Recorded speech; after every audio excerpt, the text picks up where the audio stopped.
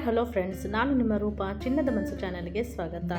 ಇವತ್ತಿನ ವಿಡಿಯೋದಲ್ಲಿ soya chunks ಅಂದರೆ ಮಿಲ್ ಮೇಕರ್ ಅಂತೀವಲ್ಲ, ಅದರಿಂದ ಬಿರಿಯಾನಿ ಹೇಗೆ ಮಾಡೋದು ಅಂತ ಹೇಳ್ಕೊಡ್ತಾ ಇದ್ದೀನಿ. ಇದನ್ನು ಸಿಂಪಲ್ಲಾಗಿ ಈಸಿಯಾಗಿ ಮನೆಯಲ್ಲಿರುವ ಇಂಗ್ರೀಡಿಯೆಂಟ್ಸನ್ನೇ ಬಳಸ್ಕೊಂಡು ಹೇಗೆ ಮಾಡೋದು ಅಂತ ಹೇಳ್ಕೊಡ್ತಾ ಇದ್ದೀನಿ. ಅದು ನೋಡೋಕ್ಕನ್ನ ಮುಂಚೆ ಯಾರ್ಯಾರು ನನ್ನ ಚಾನಲ್ ಸಬ್ಸ್ಕ್ರೈಬ್ ಮಾಡದೆ ನೋಡ್ತಾ ಇದ್ದೀರಾ ಅವರೆಲ್ಲರೂ ದಯವಿಟ್ಟು ನನ್ನ ಚಾನಲ್ನ ಸಬ್ಸ್ಕ್ರೈಬ್ ಮಾಡ್ಕೊಳ್ಳಿ. ಹಾಗಾದರೆ ಹೇಗೆ ಮಾಡೋದು ಅಂತ ನೋಡೋಣ ಬನ್ನಿ. ಮೊದಲಿಗೆ ಒಂದು ಮಿಕ್ಸಿಂಗ್ ಬೌಲ್ ತೊಗೊಂಡು ಇಲ್ಲಿ ನಾನು 2 ಗ್ಲಾಸಷ್ಟು ಅಕ್ಕಿಯನ್ನು ಹಾಕ್ಕೊತಾ ಇದ್ದೀನಿ. ನೀವು ಇಲ್ಲಿ ಮನೇಲಿ ಬಳಸ್ತಿರೋ ಅಕ್ಕಿ ಆದರೂ ಓಕೆ, ಅಥವಾ ಬಾಸ್ಮತಿ ರೈಸ್ ಆದರೂ ಬಳಸ್ಕೋಬೋದು. ಈಗ 2 ಗ್ಲಾಸ್ ಅಕ್ಕಿಯನ್ನು ಹಾಕ್ಕೊಂಡ್ಮೇಲೆ ಒಂದು ಸ್ವಲ್ಪ ನೀರನ್ನು ಹಾಕಿ ಅಕ್ಕಿಯನ್ನು ಚೆನ್ನಾಗಿ ಒಂದು ಸಲ ವಾಶ್ ಮಾಡ್ಕೊಳ್ಳೋಣ. ಅಕ್ಕಿಯನ್ನು ಚೆನ್ನಾಗಿ ವಾಶ್ ಮಾಡ್ಕೊಂಡ್ಮೇಲೆ ಆ ನೀರನ್ನು ತೆಗೆದುಬಿಟ್ಟು ಮತ್ತೆ ಬೇರೆ ನೀರನ್ನು ಹಾಕಿ ಅರ್ಧ ಗಂಟೆ ನೆನೆಯೋಕ್ಕೆ ಸೈಡ್ಗೆ ಎತ್ತಿಟ್ಕೊಳ್ಳೋಣ. ನಂತರ ಒಲೆ ಮೇಲೆ ಒಂದು ಸ್ವಲ್ಪ ಬಿಸಿ ನೀರು ಕಾಯಿಸಿ ಅದಕ್ಕೆ ನಾನಿಲ್ಲಿ 1.5 ಕಪ್ಪಷ್ಟು ಸೋಯಾ ಚಂಕ್ಸನ್ನು ಹಾಕ್ಕೊತಾ ಇದ್ದೀನಿ. ಇದನ್ನು ಹಾಕ್ಕೊಂಡು ಚೆನ್ನಾಗಿ ಒಂದು ಸಲ ಮಿಕ್ಸ್ ಮಾಡ್ಕೊಳ್ಳೋಣ. ಈಗ ಚೆನ್ನಾಗಿ ಮಿಕ್ಸ್ ಮಾಡ್ಕೊಂಡ್ಮೇಲೆ ಇದೆಲ್ಲ ಸೋಯಾ ಚಂಕ್ಸು ಸಾಫ್ಟಾಗಿ ಆಗಿದೆ. ಈಗ ನಾನು ಒಂದು ಸ್ಟ್ರೈನರನ್ನು ತೊಗೊಂಡು ಅದರ ಸಹಾಯದಿಂದ ಎಲ್ಲವನ್ನು ಈ ಥರ ಸೈಡಿಗೆ ಎತ್ತಿಟ್ಕೊತಾ ಇದ್ದೀನಿ. ಈಗ ಅದೇ ಕಡಾಯಿಗೆ 1-2 ಸ್ಪೂನಷ್ಟು ಎಣ್ಣೆಯನ್ನು ಹಾಕ್ಕೊಂಡು ಹಾಗೆ 1 ಕಪ್ಪಷ್ಟು ಆನಿಯನನ್ನು ಸ್ಲೈಸಾಗಿ ಕಟ್ ಮಾಡಿಕೊಂಡು ಹಾಕ್ಕೊತಾ ಇದ್ದೀನಿ. ಆನಿಯನ್ನು ಹಸಿ ವಾಸನೆ ಹೋಗೋವರೆಗೂ ಆಯಿಲಲ್ಲಿ ಚೆನ್ನಾಗಿ ಫ್ರೈ ಮಾಡ್ಕೋಬೇಕು. ಆನಿಯನ್ ಚೆನ್ನಾಗಿ ಫ್ರೈ ಆದಮೇಲೆ ಒಂದು ಮೀಡಿಯಮ್ ಸೈಜು 3 ಟೊಮೊಟೊನ ಈ ಥರ ದಪ್ಪದಾಗಿ ಕಟ್ ಮಾಡಿಕೊಂಡು ಹಾಕ್ಕೊತಾ ಇದ್ದೀನಿ. ಇದನ್ನು ಸಹ ಆಯಿಲಲ್ಲಿ ಚೆನ್ನಾಗಿ ಟೊಮೊಟೊ ಎಲ್ಲ ಸಾಫ್ಟ್ ಆಗೋವರೆಗೂ ಫ್ರೈ ಮಾಡ್ಕೋಬೇಕು. ಇದು ಚೆನ್ನಾಗಿ ಫ್ರೈ ಆಗೋಕ್ಕೆ ಲಿಡ್ಡನ್ನು ಕ್ಲೋಸ್ ಮಾಡಿ ಒಂದು 3 ನಿಮಿಷಗಳ ಕಾಲ ಮೀಡಿಯಮ್ ಫ್ಲೇಮಲ್ಲೇ ಚೆನ್ನಾಗಿ ಬೇಯಿಸ್ಕೊಳ್ಳೋಣ. ನೋಡಿ, ಈಗ ಚೆನ್ನಾಗಿ ಎಲ್ಲ ಬೆಂದಿದೆ ಟೊಮೊಟೊ ಎಲ್ಲ. ಈಗ ಇದಕ್ಕೆ ಒಂದು ಅರ್ಧ ಕಪ್ಪಷ್ಟು ಪುದೀನನ ಸೇರಿಸ್ಕೊತಾ ಇದ್ದೀನಿ. ನಂತರ ಇದಕ್ಕೆ ಒಂದು ಅರ್ಧ ಕಪ್ಪಷ್ಟು ಕೊತ್ತಂಬರಿ, ಹಾಗೆ ಒಂದು 5-6 ಎಸಳು ಬೆಳ್ಳುಳ್ಳಿ, ಸ್ವಲ್ಪ ಹಸಿಶುಂಠಿ ಇವೆಲ್ಲವನ್ನು ಹಾಕ್ಕೊಂಡು ಚೆನ್ನಾಗಿ ಆಯಿಲಲ್ಲಿ ಫ್ರೈ ಮಾಡ್ಕೊಳ್ಳೋಣ.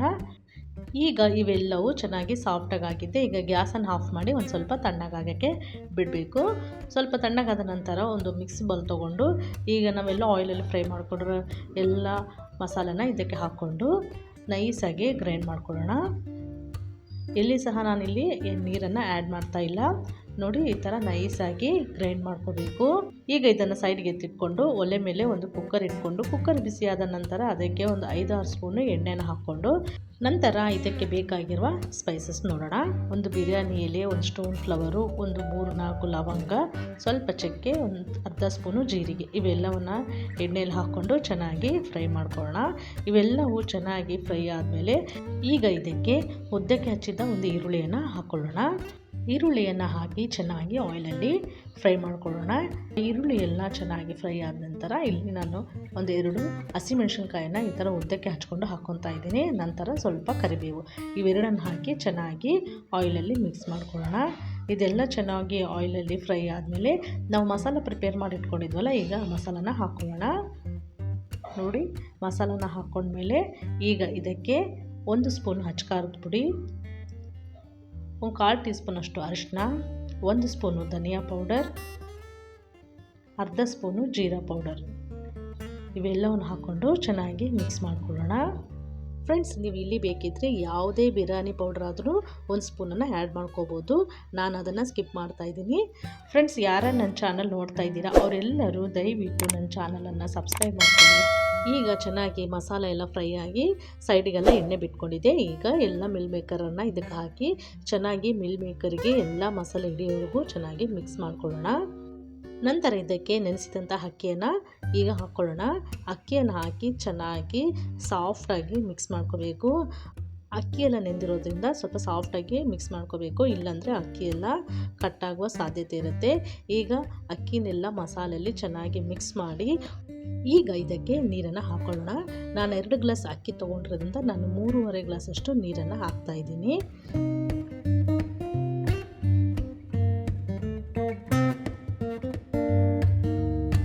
ನಂತರ ಇದಕ್ಕೆ ರುಚಿಗೆ ತಕ್ಕಷ್ಟು 1 ಸ್ಪೂನು ಸಾಲ್ಟು, ಹಾಗೆ 1 ಸ್ಪೂನಷ್ಟು ಕಸ್ತೂರಿ ಮೆಂತಿ,